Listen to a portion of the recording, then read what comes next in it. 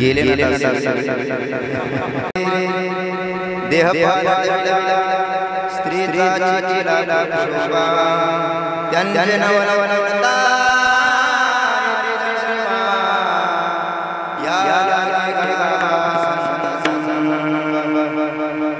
जे पेरविले औंड्याचे देहुणा बोलविले मूर्ती करवी त्यांचे नवलको तारी जड जीवा याला घडावा संत संग निळामण्याची प्रेत जीवविली प्रेत जीवविली वरदेव पदवी बाळे स्त्रिया त्यांचे नवल कोण तारी ती जड जीवा या लागी घडावा संत संग विभुं वेणुनादं चरन्तं दुरन्तं गवानन्दकानन्दनचारुहासं स्वयं लीलया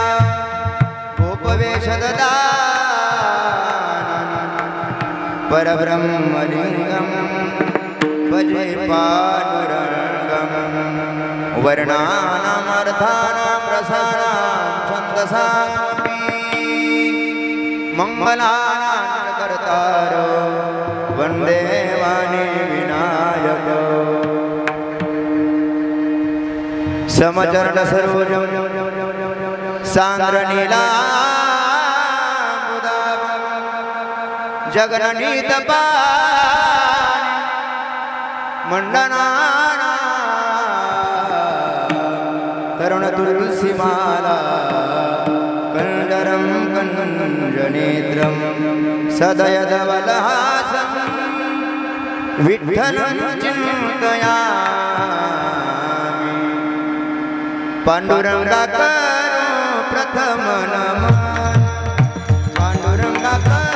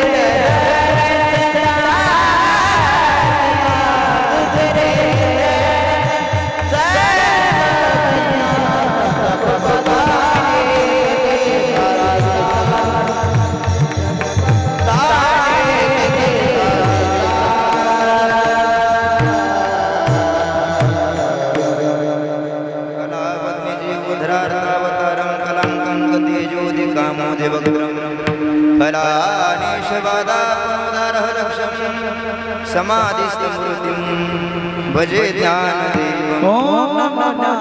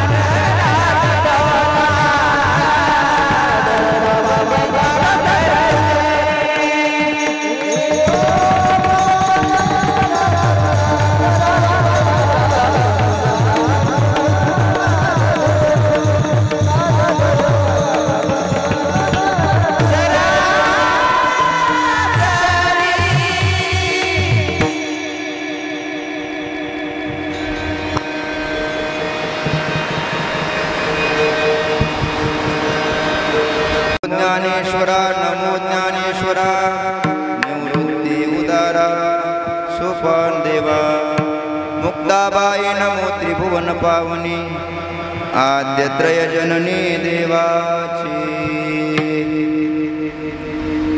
जे निमिष मात्रे देह पालटविला स्त्रीचा चिकीला पुरुषोबा त्यांचे नवला कोणता रीती जड जीवा या लागी घडावा संत संग प्रस्तुत प्राप्त प्रसंगी प्राप्त स्थळी संप्राप्त चिंतन निरूपणासाठी गायलेला उच्चारलेला निवडलेला घेतलेला भंग महान भगवत भक्त वारकरी संप्रदायाच्या कलशस्थानी विराजमान असणारे देवमान्य संत संतमान्य संत जगमान्य संत ज्यांचा अधिकार असे असणारे हरिरंगी नर्तन रात्रंदिवस कीर्तन बोले तैसा वर्तन श्रीमंत श्री जगद्गुरु तुकोबाराय यांचे शिष्य पिंपळनेर निवासी सद्गुरु भक्त निळोबाराय यांचा 4 चरणाचा संतांच्या नवलात्मक कृतीचं दिग्दर्शन करणारा भंग विडाला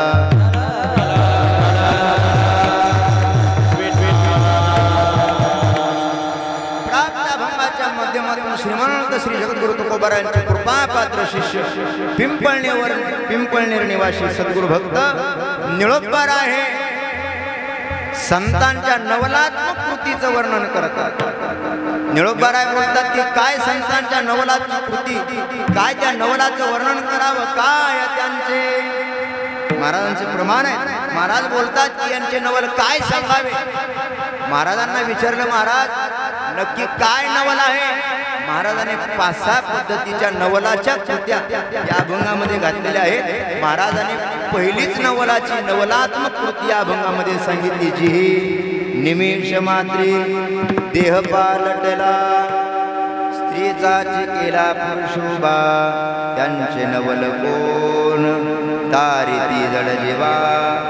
काय त्यांचं नवल सांगावं। या नवलात्मक कृत्या या अभंगामध्ये गोड अशा निळोबाराने सांगितलेले आहेत। गेल्या 3 वर्षापासून आणि या वर्षीचं हे 4थं वर्ष, गेल्या 2 दिवसापासून आणि आजचा हा 3रा दिवस। या 3ऱ्या दिवसाची कीर्तन निरूपण सेवा माझ्यासारख्या एका सामान्य वारकऱ्याकडे आपण सोपवली। माढा तालुका आयोजित अखंड नामजप यज्ञ सोहळा अखंड कीर्तन महोत्सव। या कीर्तन महोत्सवामध्ये तिसऱ्या दिवसाची कीर्तन निरूपण सेवा माझ्यासारख्या एका वारकऱ्याकडे आपण सोपवली। यामध्ये आमचे हरिभक्तपरायण परममित्र गणेशजी महाराज बर्गे यांनी सुंदर असं हे आयोजन नियोजन आईसाहेबांच्या या प्रांगणामध्ये त्या ठिकाणी त्यांचा एक उदात्त हेतू की आपल्या गावाकडील सर्व भाविक भक्तांना काहीतरी परमार्थ करता यावा, काहीतरी ज्ञानदान, काहीतरी अन्नदान, काहीतरी साधू संतांची सेवा घडावी, या उदात्त हेतूने महाराजांनी सुंदर या सप्त्याचं आयोजन नियोजन केलं। यामध्ये या सप्ताहासाठी त्यांचं मार्गदर्शन आहे ते म्हणजे या संस्थांचे सर्व पूजनीय गुरुवर्य हरणे बाबा। त्याचबरोबर या सप्ताहासाठी गेल्या 2 दिवसापासून आपण ज्यांच्या पावन मुखातून आदिशक्ती आईसाहेबांचे ताटीचे अभंग आहेत त्यावर जे चिंतन ऐकतो आमचे संतोषजी महाराज लहाने महाराज या ठिकाणी उपस्थित आहेत। आमच्या सोलापूर जिल्ह्याचं भूषण महाराज तेही या कीर्तनासाठी उपस्थित आहेत। त्यांचे शेजारी माऊली महाराज आहेत, त्याचबरोबर नाना महाराज पाटील आहेत, मधले आमचे वारकरी बाबा दशरथजी महाराज आहेत। ही सर्व मंडळी परिचयाची सर्व मंडळी आहेत। जयराम महाराज आहेत, आमचे गुरुजी आहेत। ही सर्व मंडळी आता कोणाकोणाचं नाव घ्यावं आणि कोणाकोणाचं ठेवावं असं झालं। आमचे जयदीप महाराज ही सर्वच मंडळी आहेत। सुंदर अशी साऊंड सिस्टीम आमचे भारत महाराज, त्याचबरोबर अख्खा महाराष्ट्र गेल्या 2 दिवसापासून आपल्याला यूट्यूबच्या माध्यमातून लाईव्ह पाहतो। ते काय चॅनलचं नाव? पुण्यवाणी यूट्यूब चॅनल। अगदी छान पद्धतीने ते प्रक्षेपण करतात आणि प्रत्येक वारकऱ्यापर्यंत तळागाळातल्या वारकऱ्यापर्यंत ते आपला कार्यक्रम पोहोचवत असतात। त्यांनाही त्यावर तितके धन्यवाद थोडे आहेत। आईसाहेबांच्या या पावन दरबारामध्ये ही सेवा आहे। एकदा आईसाहेबांना वंदन करू। धन्य धन्य मुक्ताबाई,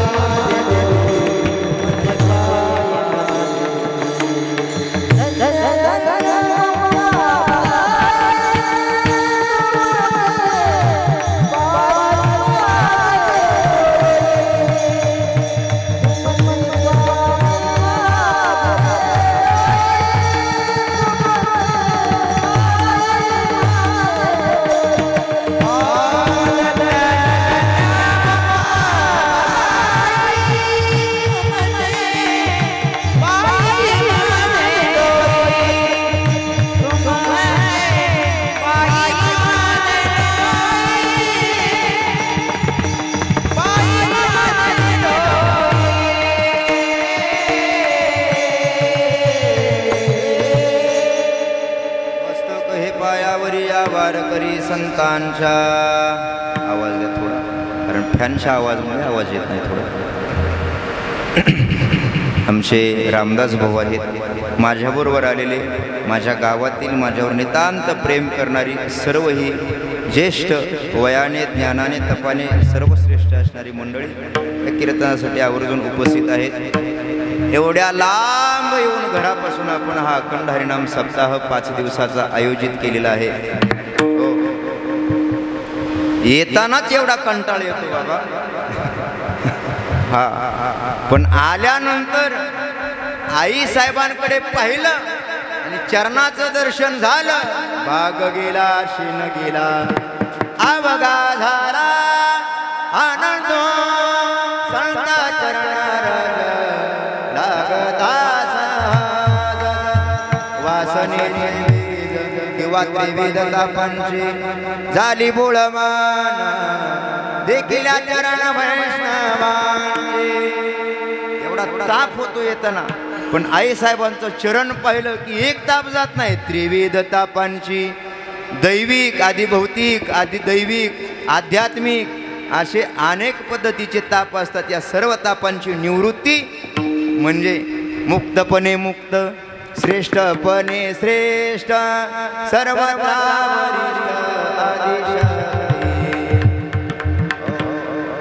आनंदी आनंद वाटतो की आपल्यासारख्या माझ्यासारख्या एका सामान्य कीर्तन करायला आईसाहेबाच्या समोर कीर्तन करायला मिळतंय.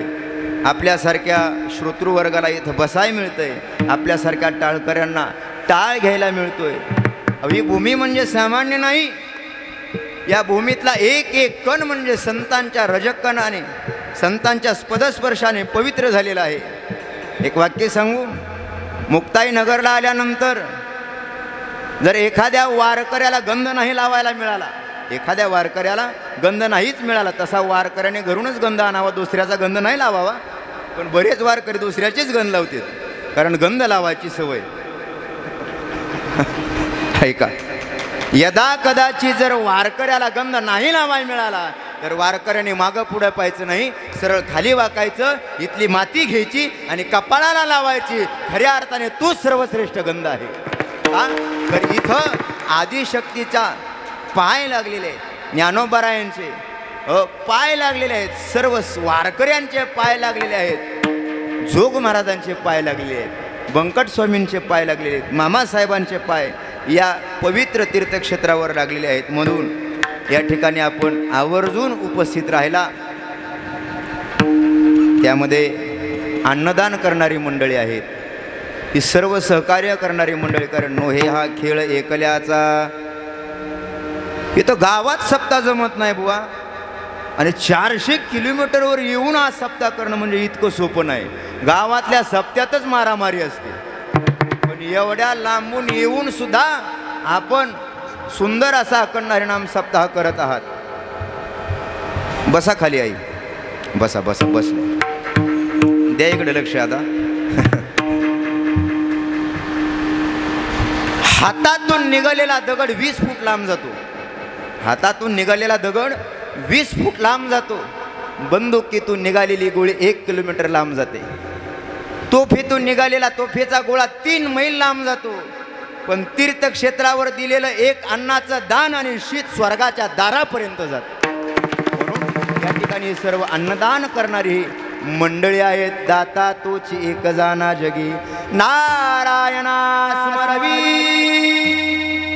आपण सर्व एकत्रित येऊन हा अखंड हरिनाम सप्ताह करत असता, त्याबद्दल तुमच्या चरणावर अगोदर नतमस्तक होतो. 2 दिवसापासून सुद्धा इतके डास चावतात तरी सुद्धा न घाबरता, न डगमगता अतिशय जोमात कीर्तनाला बसताय तुम्ही.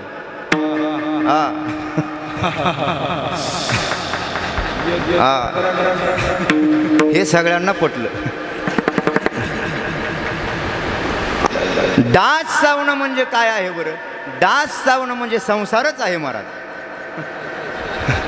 संसार जसा चावू चावू चावू चावू खातो ना, तसं डास चावणं आहे. पण आदिशक्ती मुक्ताबाईला विनंती करायची, आई साहेब तुमच्याच कृपेने असे कितीही संसाररूपी डास येऊ द्या, तुमच्याच कृपेने ते जुगारून लावण्याची ताकद आम्हाला द्यावी.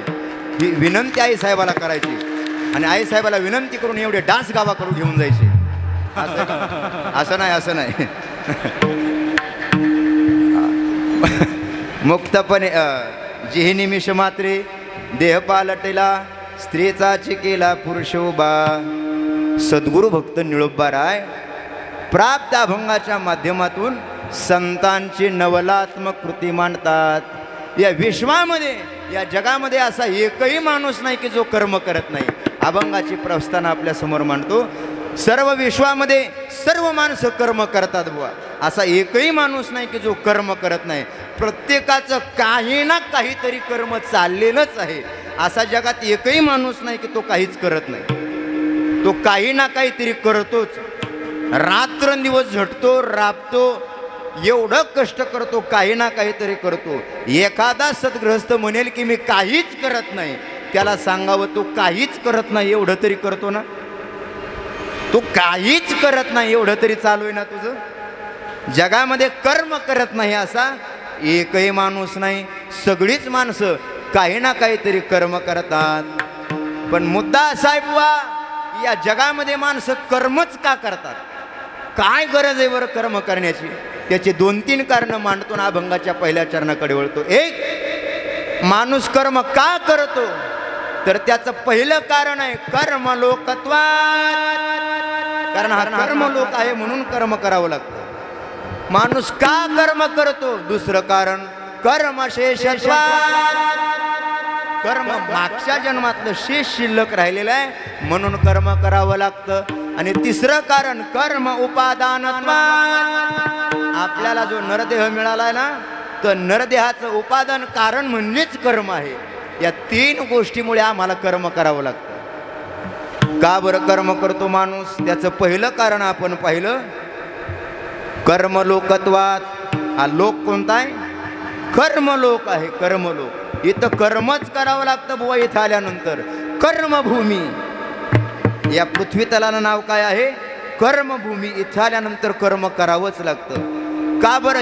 ही तर या कर्मभूमीची खासियत आहे. ही तर याचं वैशिष्ट्य आहे.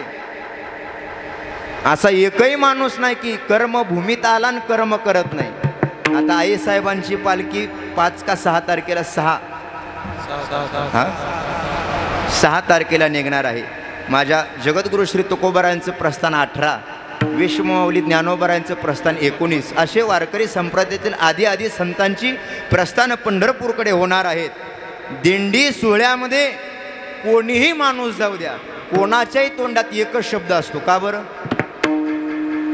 कोणाच्याही तोंडात एक शब्द असतो. कोणता? माऊली. मग तो वारकरी असला तरी तो काय म्हणतो? माऊली. तो पुढारी असला तरी तो काय म्हणतो? माऊली. तो पोलीस असला तरी काय म्हणतो? तो चोर असला तरी काय म्हणतो? माऊलीच म्हणतो. का बरं? हे तर त्या सोहळ्याची खासियत आहे ना. तिथं गेल्यानंतर माऊली म्हणावंच लागतं. इथं आल्यानंतर कर्म करावंच लागतं. कर्मलोकत्वात्. कर्म करावं लागतं बुवा, म्हणून माणूस कर्म करतो. दुसरा मुद्दा, माणूस कर्म का करतो? दुसरा मुद्दा गोड असा शास्त्राने सांगितला कर्मशेषत्वात्. मागच्या जन्मातलं कर्म शिल्लक राहिलंय ते या जन्मात भोगण्यासाठी यावं लागतं. हो, म्हणून माणूस काय करतो? कर्म करतो. ज्ञानोबारांची काय गोड होईल. ज्ञानोबाराय बोलतात की मागच्या जन्मातलं जे शेष उरलेलं कर्म आहे ते या जन्मामध्ये भोगायला त्याला यावंच लागतं. काय ओवी माझ्या ज्ञानोबारांची. आगा कर्मे उरावे ते सुखदुःखी फळावे.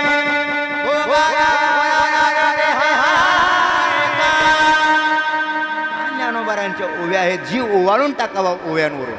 माऊली म्हणतात की मागच्या जन्मातलं कर्म शिल्लक राहिलंय, केले कर्म झाले ते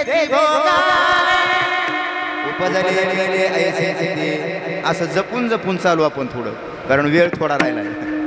कीर्तनाचं आयुष्य थोडं कमी राहिलंय आपल्याकडे.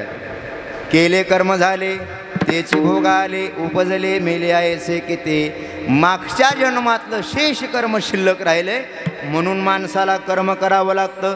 आणि तिसरं कारण माणूस कर्म का करतो? कर्म उपादानत्वात्. उपादान कारण आपल्या जन्माचं काय आहे? कर्म आहे. आम्हाला जो देह भेटतो तो कर्मामुळेच भेटतो. कसं काय? तर ऐका. तुम्ही म्हणाल की बुवा आम्हाला हा देह पंचतत्वामुळे मिळतो, हेही बरोबर आहे. आणि देह कर्मामुळेच मिळतो.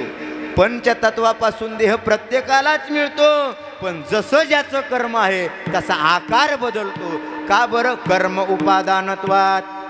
हे ज्याचं त्याचं कर्म वेगळं आहे म्हणून माणूस कर्म करतो. पण माणूस कधी कर्म करतो बरं? चिंतन सूक्ष्म पाहिलं तर माणूस जागृतीत कर्म करतो, माणूस स्वप्नात कर्म करतो आणि माणूस सुषुप्तीत कर्म करतो. या 3 शास्त्राने अवस्था सांगितल्या. जागृतीत कर्म कोण? गायनाचं, कोण वादनाचं, कोण कीर्तनाचं. हे ज्याचं त्याचं कर्म चालू आहे. काही माणसं स्वप्नात कर्म करतात, स्वप्नातही कर्म चालू असतात काही माणसांचे. काय स्वप्न पडावं माणसाला? माणसाला स्वप्न पडतात गावाकडं पाऊस आला असेल का नाही. असले स्वप्न पडतात. एकाला तर स्वप्न पडलं की गावाकल मालकीनच वारली, आता काय करावं. असले वाईट स्वप्न पडून देऊ नका. माणसाला काय स्वप्न पडेल सांगता येत नाही. माणसं स्वप्नात कर्म करतात. लहाने बाबा याच्यात नवल नाही. माणसं झोपीत कर्म करतात. आम्ही आळंदीला शिकायला होतो ना, तर काही काही विद्यार्थी आम्ही पाहिले पूर्व पश्चिम झोपले, उत्तर दक्षिण उठतात. याच्यात नवल नाही अण्णा. या खोलीत झोपले तर त्या खोलीत उठतात. काय काय लोकांना अशी झोपायला खळभर जागा लागते. याची गोदडी वडतील, त्याची गोदडी वडतील. हे नाही जमलं तर याला लाता मारतील, त्याला लाता मारतील. लय कठीण काम आहे. माणसं झोपेत, काय काय माणसाला झोपेत चालण्याची सवय असते. झोपेतच चालते. तसं नाही ना कोणी इथं. झोपेत चालण्याची सवय हे ज्याची त्याची कर्म करतो बुवा. ऐका, जागृतीमध्ये कर्म करण्यासाठी सर्व इंद्रिय जागृत असतात, पण झोपेमध्ये सर्व इंद्रिय लीन झालेली असतात. तरी सुद्धा माणसं झोपेत काय करतात? कर्म करतात. माणसं कर्म करायचं कधी सोडतच नाहीत. ऐका, कर्माचे दोन प्रकार, एक सामान्य कर्म आणि दुसरं विशेष कर्म.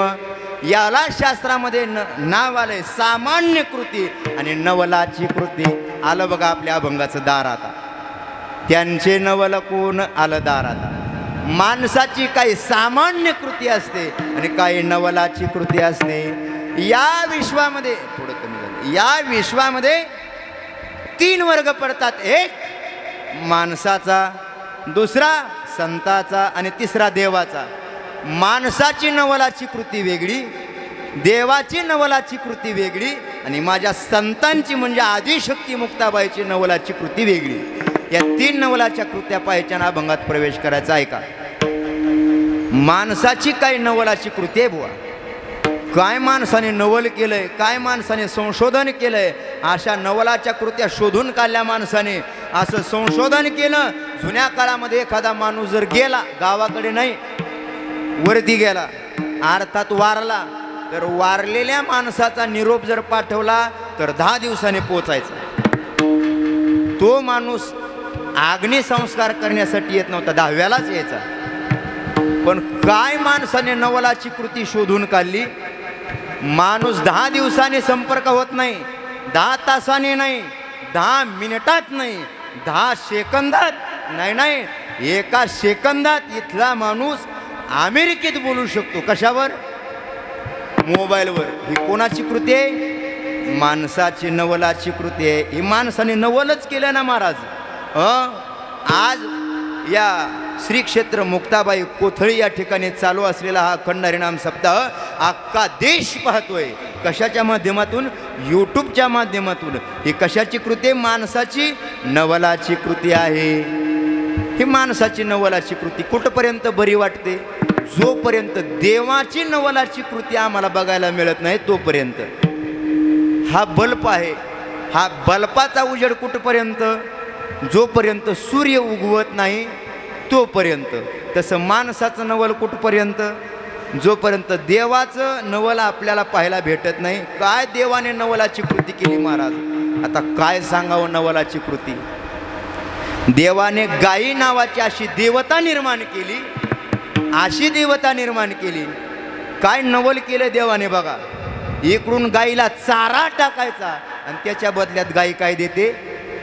माणसाने सुपीक डोकं चालवलं. आपणही दूध तयार करू. त्याने काय केलं? पाटा वरवटा घेतला, चारा घेतला आणि चारा वरवट्यावर टाकला आणि तो म्हणला गाई तरी काय करते? रवंथच करते. गाई तरी चावतेच. आपणही या पाट्या वरवट्यावर काय करू? तो चारा भुगाच करून टाकू. आता किती दिवस हा पाटान वरवटा हलवत बसल्यावर दूध निघेलो. पण नाही, आमच्या गाई नावाच्या देवतेने जर अन्न अर्थात गवत जर भक्षण केलं ना तर त्याचा परिणाम, त्याचा बदल कशात होतो?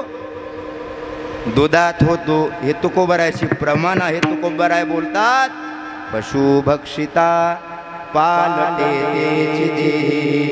ऋणवाटिता क्षीर होत नाही.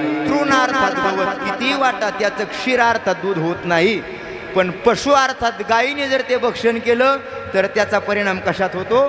दुधात होतो. ही कशाची? नवलाची कृती आहे, देवाची नवलाची कृती आहे.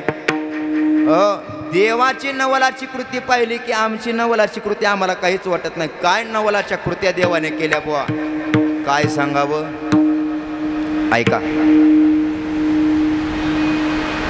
यमुनेच्या तीरावर महापूर आला होता आणि पलीकडे दुर्वास मुनी बसले होते.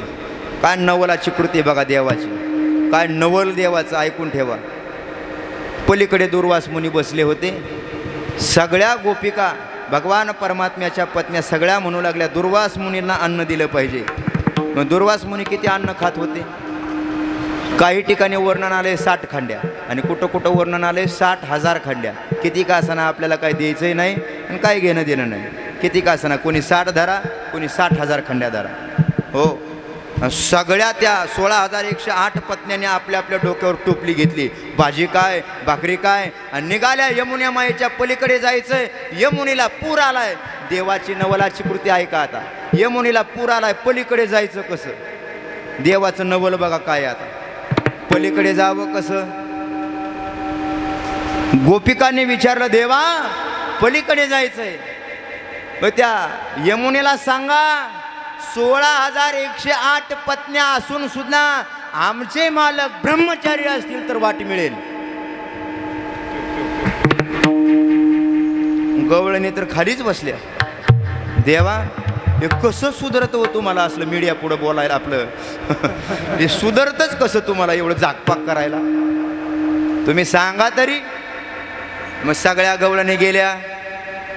मया आमचे मालक कृष्णचंद्र 16,108 पत्न्या असून सुद्धा ब्रह्मचारी असतील तर वाढ देशील पाहता का? यमुना माता दुभंगली.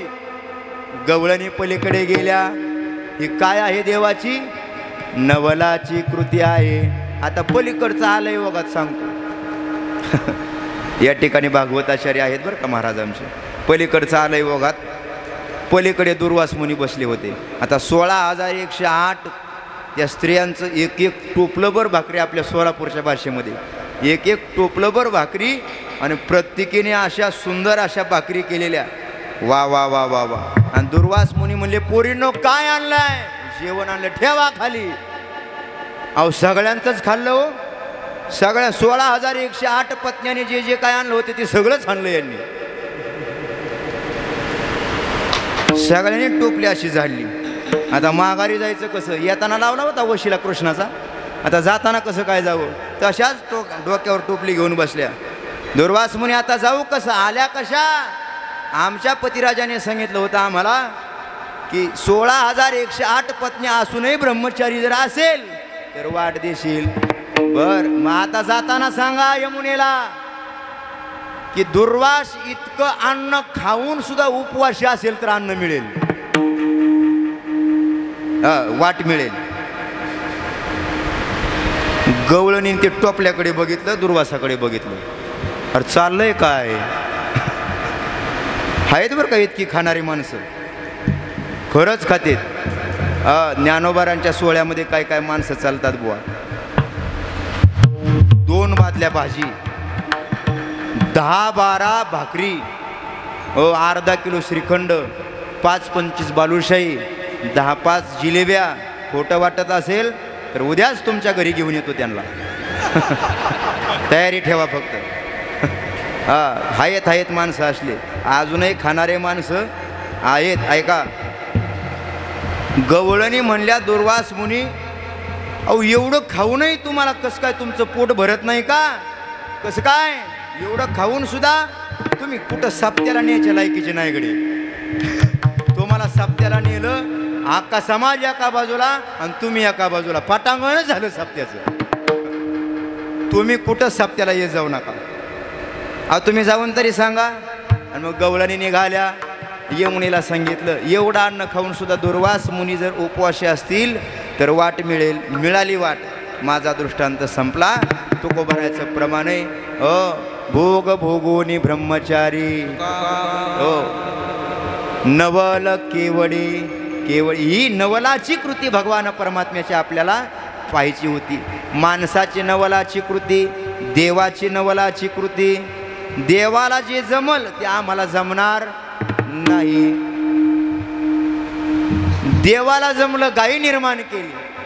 आम्ही जर डोकं चालवलं तर आम्हाला गायी नाही तयार होणार. एक जणाने डोकं चालवलं तर कोण? प्रतिसृष्टी करते. विश्वामित्राने डोकं चालवलं, गायी नाही प्राप्त झाली, म्हैस मिळाली.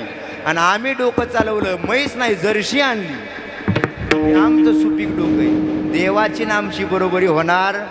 माणसाची नवलाची कृती वेगळी, देवाची नवलाची कृती वेगळी. आता संताची नवलाची कृती काय आहे? संताची नवलाची कृती आता ऐका. गोकुळातलाच प्रसंग सांगतो थोडा. ज्या वेळेस भगवान परमात्म्याने ती आग 12 गाव आग लागली ती गिळाली ना, त्यावेळेस सगळे गोपाळ म्हणले, देवा तुझ्यासारखा देवच नाही. काय आग गिळली रे तू? सगळ्यांनी देवाचा प्रचार चालू केला. तिथं तुकोबाराय होते. तुकोबाराय म्हणले, का बसा, काय देवाचा प्रचार करताना काय त्या कृष्णाला मोठं म्हणता? त्याला विचारा, हे आग गिळायचं बळ कोणामुळे आलं? तुका म्हणे, तुम्ही कार्य करिता नवल, आमुची शिदोरी खातो त्याचे आले बळ. अरे त्याचं नवल करू नका. का? आम्ही प्रचार केला म्हणून तो निवडून आला आपलं. त्याचं काय तुम्ही गुणगौरव करता? त्याला विचारा. 5 पोळ्या 3 भाकरी 1.5 काना पुरी. अरे त्याला विचारा, ती शिदोरी कोणाचा खात होता? आमची शिदोरी खाल्ली त्याचे आले अंगी बळ. तू आमची शिदोरी खातो म्हणून त्याला हे बळ प्राप्त झालं. आता संतांनी माणसाची हवा सोडली, देवाची हवा सोडली. आता संतांनी संतांची नवलाची कृती सांगायला सुरुवात केलं. काय आहे संतांची नवलाची कृती? अहो काय सांगावं संतांचं नवल? काय सांगावं संतांचं नवल? निळोबाराय म्हणले, संतांची नवलाची कृती अभंगाच्या 2ऱ्या चरणात. काय त्यांची माणसाची नवलाची कृती, देवाची नवलाची कृती, संतांची नवलाची कृती. त्यांचे नवल कोण? तारिती जड जीवा. महाराज बोलतात, आता तुम्ही पहा आमुचे नवल. आता आमचं नवल बघायचंय का तुम्हाला? अहो एक एक नवलाच्या कृत्या तुम्हाला सांगतो. काही लौकिक, काही अलौकिक, काही परमार्थिक नवलाच्या कृत्या, काही चमत्कारिक नवलाच्या कृत्या. एवढ्या नवलाच्या कृत्या काय काय केलं? तारिती जड, तारिती जीवा. संतांनी जीवांना तारलं, संतांनी जडांना तारलं. कोणाकोणाला तारलं? ऐका. आम्ही येताना आता नेवाशावरून आलो. नेवासा. नेवाशाला कशाचं मंदिर आहे? एका खांबाचं मंदिर आहे. नेवाशाला खांबाचं मंदिर आहे. काय ज्ञानोबाराने खांबाचा उद्धार केला ऐका. जगामध्ये खांबाचं मंदिर कुठंच नाही. हा, मंदिरात खांबा असतात, मंदिरात खांबा असतात, पण खांबाचं मंदिर नेवासा सोडलं तर कुठंच पाहायला भेटणार. का बरं खांबाचं मंदिर झालं? एक कारण, ज्ञानोबाराय असे बसले, खांबाला टेकले आणि टेकून ज्ञानोबारायांच्या मुखातून ज्ञानेश्वरी प्रगट झाली. टेकले, ज्ञानोबारायांचा स्पर्श एका दगडाला झाला, दगडाचा उद्धार झाला. आता पुढचं ऐका. त्याच्या पुढचं, ज्ञानोबाराय असे खांबाला टेकले असतील याचाच अर्थ ज्ञानोबारायांची पाठ खांबाकडे झाली असेल. ज्ञानोबारायांची पाठ खांबाकडे झाली असेल. माझा मुद्दा पटला तर घरी घेऊन जावा, खूप गोड सांगेल. माझे विश्वमाऊली ज्ञानोबाराय ज्या दगडाकडे पाठ फिरवतात त्याचं मंदिर होतं. ज्या दगडाकडे पाठ फिरवतात त्याचं मंदिर होतं. तुमच्या आमच्याकडे तोंड फिरवलं तर काय होईल बुवा? त्यांचे नवल कोण? तारिती जड. एका जड दगडाला सुद्धा ज्ञानोबाराने तारलं. किंवा माझ्या जगद्गुरु श्री तुकोबारायाने अभंगाच्या वह्या अर्थात गाथा तारला. हा त्यांचा काय आहे? नवलच आहे महाराज. त्यांचे नवल कोण? तारिती जड जीवा या लागी घडावा. महाराज हे दृष्टांत देऊन आम्हाला सांगा बरं, काय दृष्टांत आहे? निळोबाराय बोलतात, जी ही निमिष मात्रे देह पालटविला स्त्रीचा तो केला पुरुषोबा. निळोबाराने एक दृष्टांत दिला. एक गोड अशी मुक्ताबाई चितकला नावाच्या ग्रंथामध्ये स्वानंद सुख निवासी सद्गुरू वैकुंठवासी आमचे गुरुवर्य निवृत्ती महाराज वक्ते यांनी मुक्ताबाई चितकला नावाच्या ग्रंथामध्ये गोड अशी कथा सांगितली. ती कथा आपण पाहू, पण त्या अगोदर वारकरी संप्रदायाच्या नियमाप्रमाणे विठोबा रघुमा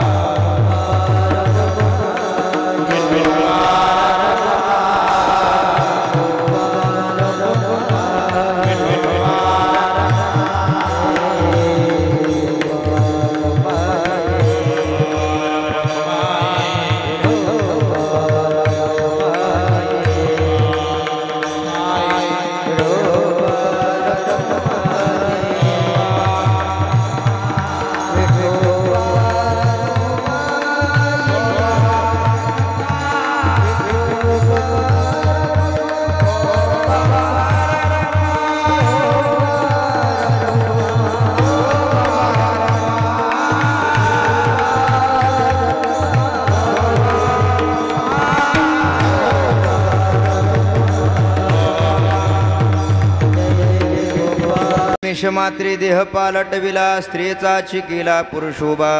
त्यांचे नवल कोण तारी ती जड जीवाया लागी गडावा संत संग. काय नवलाची कृती, एकच कृती पाहिजे ना. अभंगाला पूर्णविराम द्यायचा, कीर्तनाला पूर्णविराम द्यायचा. काय नवलाची कृती माझ्या निळोबाराने सांगितली. जी हे निमिष मात्रे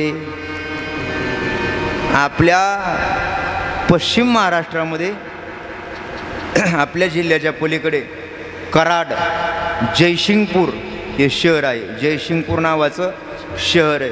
या जयसिंगपूर नावाच्या शहरामध्ये जयसिंग नावाचा राजा राज्य करीत होता. तो राजा राहत होता आणि त्या जयसिंग नावाच्या नावावरूनच त्या शहराला नाव पडलं जयसिंगपूर. हो, असा राजा, त्याची पत्नी सुंदर असं राज्य चालू आहे. पण प्रारब्ध राजाचं असं होतं, या राजाला अनेक मुली झाल्या, मुलगा झाला नाही. अनेक मुली झाल्या. आणि मग यावेळेस राजाने राणीला सांगितलं, राणी साहेब हे बघा, यावेळेस जर मुलगा नाही झाला तरी तलवार आणि तुमचा गळा शिरच्छेदच करेल. आता राणीच्या काय हातात आहे बरं. राणी अशी झुरायला लागली, उदबत्ती छाप झाली. राणी दिवसेंदिवस काळजी करू लागली. यदा कदाचित जर प्रारब्धाने भाग्याने मुलगी झाली तर आपलं वर्ष श्राद्धच झालं, आपण राहत नाही. अवशी वाळून गेली हो. दिवसेंदिवस चिंता करून क्रुश झाली. मग तिच्याबरोबर एक दासी होती. दासीने विचारलं, राणी साहेब कशाची काळजी करता हो. काहीच नाही, राजाने असं असं सांगितलंय, यावेळेस जर मुलगा नाही झाला शिरच्छेदच करेल. एवढंच आहे ना, काळजी करू नका, मी सगळं सांभाळते, तुम्ही फक्त काळजी करू नका. आणि दिवसेंदिवस तो गर्भ वाढू लागला. 9 महिने 9 दिवस पूर्ण झाले. कर्मधर्म संयोगाने त्या राणीला प्रसूतीच्या कळा सुरू झाल्या. राणी प्रसूत झाली. कर्मधर्म संयोगाने काय तिचं प्रारब्ध, तिला मुलगीच झाली. ती म्हणली आता काय करावं.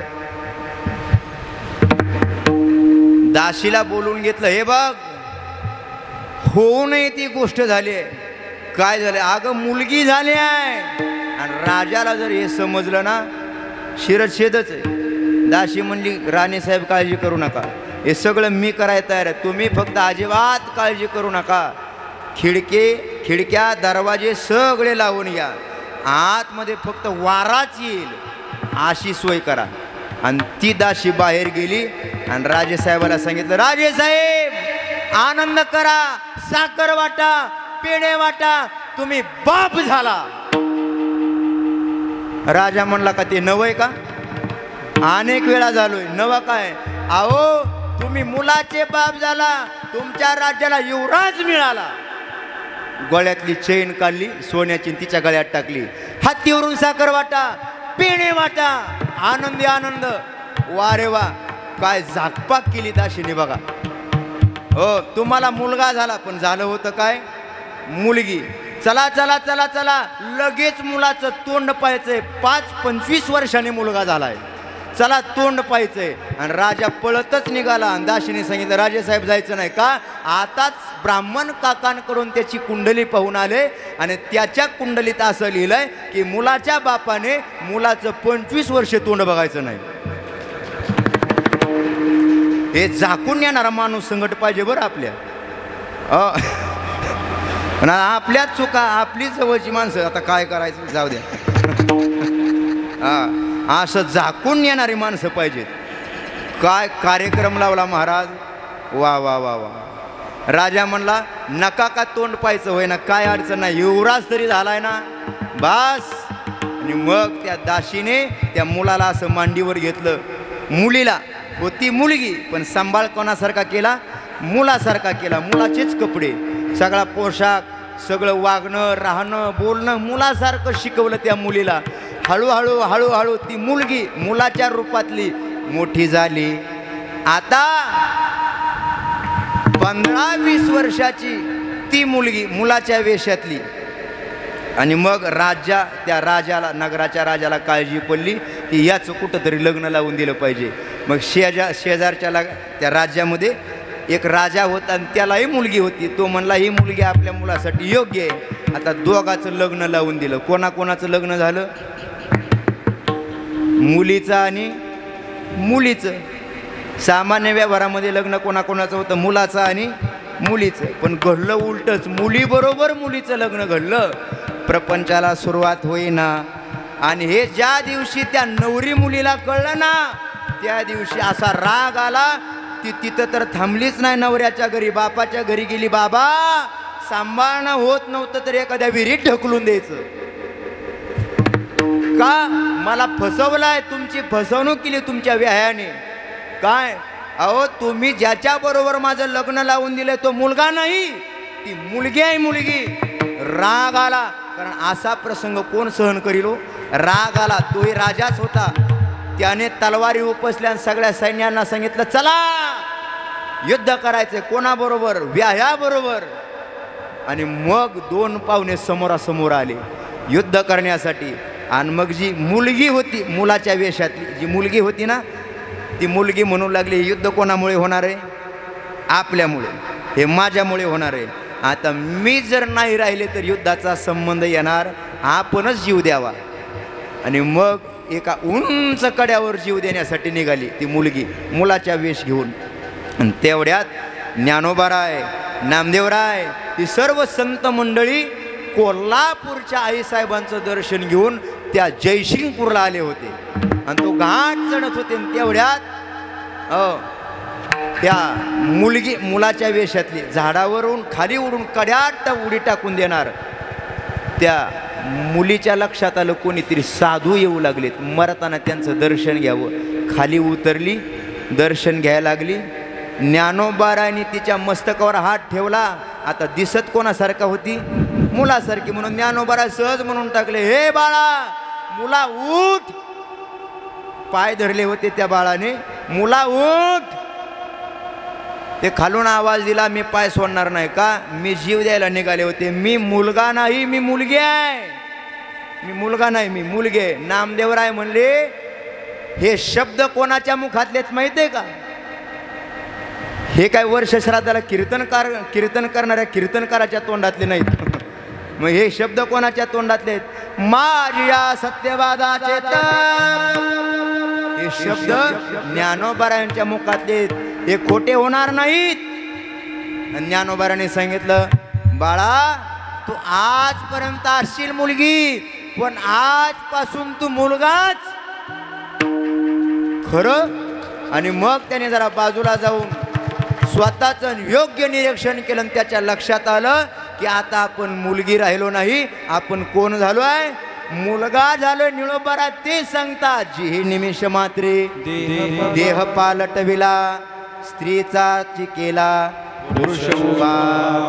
किती वेळ लागला ज्ञानोबाराला स्त्रीचा पुरुष उभा करायला? निमिष मात्रे, एका निमिषामध्ये, एका क्षणामध्ये माझ्या विश्वमाऊली ज्ञानोबारायाने स्त्रीचा पुरुष केला. आता ऐका, तुम्ही आम्ही बद्ध जीव आहोत. या बद्ध जीवांना भगवान परमात्म्यापर्यंत नेण्यासाठी ज्ञानोबारायाने किती वेळ लागेल? एक निमिष मात्र. पण तिथपर्यंत आपण गेलं पाहिजे. ज्ञानोबाराय बोलतात, जे हे निमिष मात्रे देह पालटविला, स्त्रीचा चिकेला पुरुषोबा. असं त्यांचं नवल, त्यांचे नवल कोण तारे ती जड जीवा. या लागे घडावा संत संग. आणखी काय नवलाच्या कृत्या आल्यात? कोणत्या? जे हे फिरविले औंड्याचे देऊळ, बोलविले हे सगळे सांगतात बरं. एवढी कथा सांगायला आपल्याला वेळ नाही. माझ्या नामदेवरायने काय केलं, औंढा नागनाथचं मंदिर असं फिरवलं आणि मूर्तीला बोलायला लावलं. मूर्तीला जे हे फिरविले औंड्याचे देऊळ. जुना शब्द देऊळ. हल्लीचे माणसं मंदिर म्हणतात, पण जुना आपला मराठमोळा शब्द काय आहे? देऊळ. जे हे फिरविले औंड्याचे देऊळ, बोलविले बोल मूर्ती कर. मूर्तीला बोलायला लावलं. हे संतांचं नवल आहे. याच्यात माझे ज्ञानोबाराय थांबले नाहीत. संतांचं नवल काय सांगावं? ज्ञानोबाराय बोलतात, निळा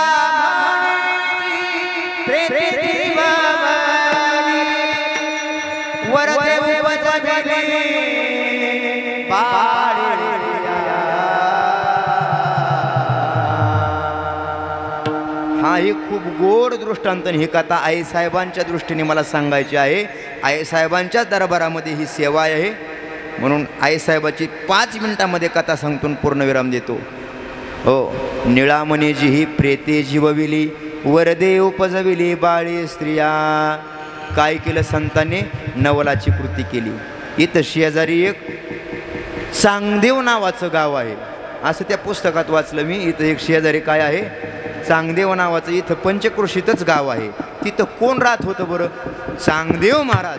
आणि त्यांचं पूर्वीचं नाव चांगावटेश्वर. त्यांचं पूर्वीचं नाव काय? तशी तर चांगदेव महाराजांना 14 नावं. चांगदेव महाराजांना 14 नावं होती. कशी पल्लीवर 14 नावं? त्याचं एक कारण आहे. चांगदेव महाराज 100 वर्ष समाधी लावायची आणि समाधी उतरली की नाव बदलायची. काय चांगदेव महाराज हुशार होते बघा बरं. समाधी उतरली की नाव बदलायची. करता करता एक करता 14 वेळा समाधी लावली आणि समाधी उतरवली. 1400 वर्ष जगली म्हणून त्यांची 14 नावं. त्यापैकी चांगावटेश्वर आपल्या शेजारी. चांगावटेश्वर अशी चांगदेव महाराजांची 14 नावं आहेत. त्यापैकी चांगावटेश्वर. हो. हे चांगावटेश्वर कसं नाव पडलं त्यांचं सांगतो ऐका. त्यांची सेवा करायला 2 माणसं होते. चांगदेव महाराजांची सेवा करायला 2 माणसं होते. चांगदेव महाराज काय करायचे? महादेवाची सुंदर अशी पिंड तयार करायचे, तिची सेवा करायचे, तूप घ्यायचे, पूजा करायचे, वाटीवर तूप घ्यायचे. वा वा वा वा वा. आणि ती सेवा करायला 2 माणसं. ही दोघंही म्हणले चांगदेव महाराजांचं एवढंच चालू आहे. महादेवाची पिंड तयार करायची, वाटीभर तूप घ्यायचं, हे सगळं चालू आहे. आपण एक काम करू. आता काय करू? त्या तापी तीरावर चांगदेव महाराजाला वाळू कळते ना, वाळूची शिवलिंग तयार करून दिलं आणि शिवलिंगाच्या वरती वाटीभर तूप असतं ना, ती वाटीच झाकली. शिवलिंगावर काय केलं? वाटी झाकली. चांगदेव महाराज म्हणले, ती वाटी आणा वाटी. आता चिंतित पडले. का बरं? ही वाटी कुठं झाकली आपण? शिवलिंगावर. बाबा ही वाटी शिवलिंगावर झाकली आहे, काढा.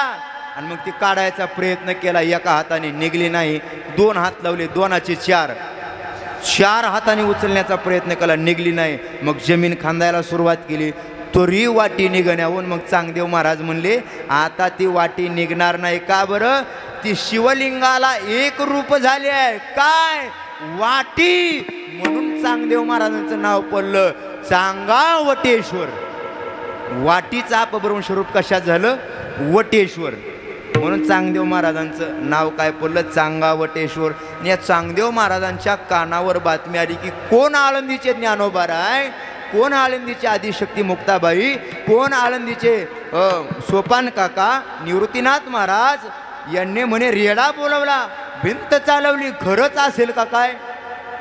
खात्री पटे ना हो, खरंच असेल का काय शोध घ्यावा म्हणून ऐका. हे सगळं प्रकरण आपल्याला सगळ्यांना माहीत आहे. हा, मग चांगदेव महाराजांनी ठरवलं की यांना आपण काय करावं, पत्र लिहावं. पत्र. मग काय पत्र लिहावं? पत्रामध्ये आशीर्वाद लिहावा, तर आपल्यापेक्षा अधिकाराने मोठे आहेत. काही सुधारणा, काय करायचं ते काही सुधारणा. जसं तुम्हाला सुधारणा आहे ना, कीर्तन आहे का डास हाणावे, काही सुधारणा आहे तुम्हाला आता, तसं चांगदेव महाराजाला काही सुधारणा, काय लिहावं. हा हा. मग चांगदेव महाराजाने काय केलं, ते कोरपत्र पाठवलं. ज्ञानोबाराच्या हातात ते कोरपत्र पडलं. आणि मग आदिशक्ती मुक्ताबाई म्हटल्या, अरे चांगदेव महाराज 1400 वर्ष जगले, पण अजून चांगदेव बाबा कोरेच आहेत. हा मुक्ता, माणूस कोराच चांगला असतो, माणूस कोराच चांगला असतो. ऐका ऐका, एक वहीचं पान आहे, एक वहीचं पान आहे. त्या वहीच्या पानावर सुंदर अक्षर ज्याला काढायचं आहे, त्या वहीच्या पानावर अगोदर काहीतरी गिचमिड काला असेल तर अक्षर सुंदर निघेल का कोऱ्या कागदावर निघेल? आपण कसं राहिलं पाहिजे हे कधी कळलं पाहिजे. हा, बरं आहे. निवृत्तीनाथ महाराज म्हणले कोरच बरं नाही. हा, आणि मग ज्ञानोबारायांनी 65 ओव्या लिहिल्या, त्या सुपूर्द केल्या. एक शब्दाचाही अर्थ माझ्या चांगदेव महाराजाला समजला नाही. आणि मग तो कागद घेऊनच निघाले. कोण? चांगदेव महाराज. पण तसे निघाले नाहीत, लवाजमा घेऊनच निघाले.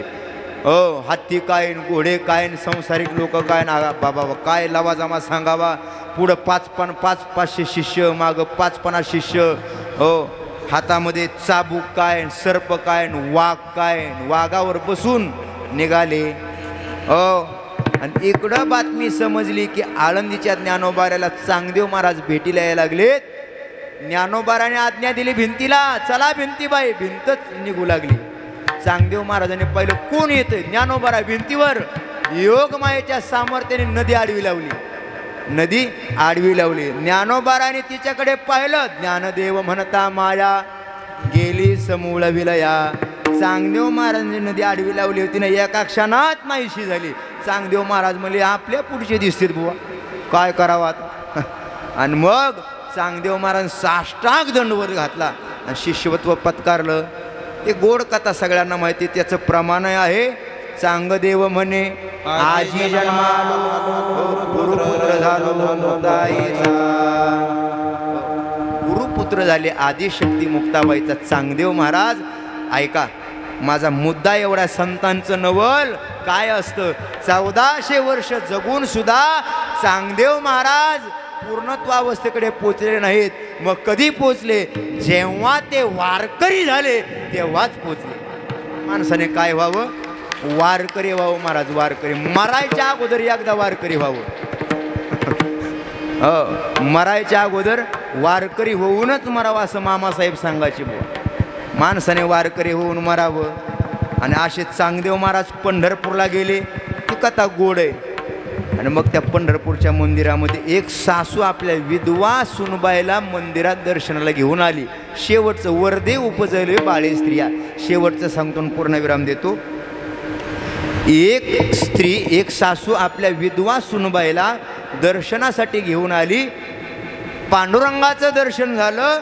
कोणीतरी साधू दिसतोय म्हणून त्या विधवा सुनबाईला दर्शन घ्यायला लावलं. बांगड्याचा आवाज आला म्हणून आशीर्वाद दिला. काय? तुला पुत्र होऊन जाईल. काय आशीर्वाद दिला? तुला पुत्र होऊन जाईल. आणि यांचा तर पती कधीच निवर्तलेला आहे, वारलेला आहे. महाराज आशीर्वाद जरा बघून दे जा. अहो पुढं कोण आहे? अहो वर्षापूर्वीच यांचे पतिराज निवर्तले, वारलेत. यांना आता मुलगा होणार नाही. मग त्यांच्या आस्ती आहेत का? आस्ती आहेत ना, आस्ती आणा त्या आस्ती. एक आस्ती घेतली माझ्या चांगदेव महाराजाने, अशी दगडावर घासली, त्याची उटी तयार केली, गोळी तयार केली आणि सांगितलं बाळ ती उटी खा, याच्यापासून तुला पुत्ररत्न प्राप्त होईल, याच्यापासून तुला पुत्ररत्न प्राप्त होईल. आणि ती उटी खाल्ली महाराज त्या विधवा सोनबाईने. पाहता काय, त्या उटीपासून त्या विधवा सुनबाईला मुलाची प्राप्ती झाली. आणि आता त्या मुलाचं बारसं अर्थात नामकरण सोहळा. मुंज थोडक्यात. हो, आणि तो विधी करायचा. अख्ख्या पंढरपूरला निमंत्रण दिलं, कोणच आला नाही. का विधवेच्या मुलाची मुंज किंवा बारसा असेल तर कोणी येईल बरं? कोणीच आलं नाही. काय करावं बरं? कोणीच येईना. चांगदेव महाराजाला सांगितलं, महाराज तुमच्या आशीर्वादाने पोरगं झालंय, नाव ठेवायला कोणीच येईना. सगळे नावं ठेवतात, कळलं का? नाव ठेवायला कोणीच येई नाही, सगळी माणसं नावं ठेवायला लागली. चांगदेव महाराज म्हणले, बर असं का? ते येत नाहीत का? ब्राह्मण येत नाहीत का नाव ठेवायला? ते कसे येत नाहीत? त्यांचे बाप येतील. आमंत्रण दिलं स्वर्गातल्या पितरांना, आणि त्यांचे बाप नाही, अख्खं खानदानच आलं खाली. आणि मग पंढरपूरच्या वाळवंटामध्ये पुंडलिकाच्या पुढं तो नामकरण विधी सोहळा आणि सगळा पाळणा काय, पुंडलिकाचा गजर. कारण ब्राह्मण मंडळीला समजलं नक्की पाळणा होतोय, पुंडलिकाचा गजर होतोय, नक्कीच विधी पूर्ण झालाय, नक्की आलंय कोण बघायला जावं. जे जे बघायला जायचं त्याला त्याचा बाप, त्याची पत्नी सगळेच दिसायला लागले, सगळे दिसायला लागले स्वर्गातून आलेले. आणि मग मात्र सगळ्यांची धावपळ चालू झाली. ब्राह्मण म्हणले, अरे काय चांगदेव महाराजांचा अधिकार आहे, आपल्या बापांना आपल्या आईवडिलांना बोलवून आणलं, आपण का मागं राहावं? आणि तेवढ्यात पंगत बसली होती. पंक्तीमध्ये अशी गडबड असते ना, पंक्तीमध्ये सगळीच गडबड असते. ती भात वाढत होते, पंक्तीमध्ये अशी भात वाढण्याची गडबड होती. आणि सगळे ब्राह्मण मंडळी म्हणू लागले, आम्हाला वाढा, आम्हाला वाढा. आणि या गडबडीमध्ये तो भात लवणला. काय झालं? भात लवणला. आणि सगळे ब्राह्मण मंडळी म्हणू लागले, काय तू भात लवंड्या, काय भात लवंड्या. आणि त्या दिवसापासून त्यांचं आडनाव काय पडलं? भात लवंडे. आजही पंढरपूरमध्ये भात लवंडे नावाचं कुटुंब आहे. महाराज, माझा दृष्टांत संपला. चांगदेव महाराजांनी एका विधवेला पुत्ररत्न प्राप्ती करून दिली. का? आशीर्वादाच्या जोरावर. निळामणे जी प्रेते जीववी वरदे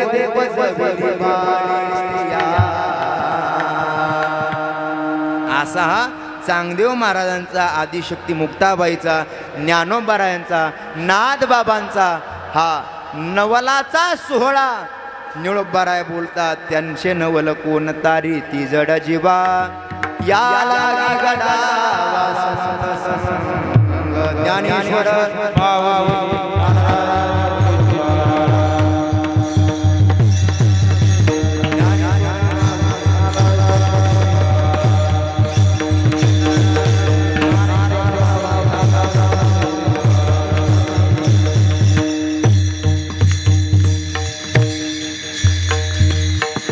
तुकाराम तुकाराम तुकाराम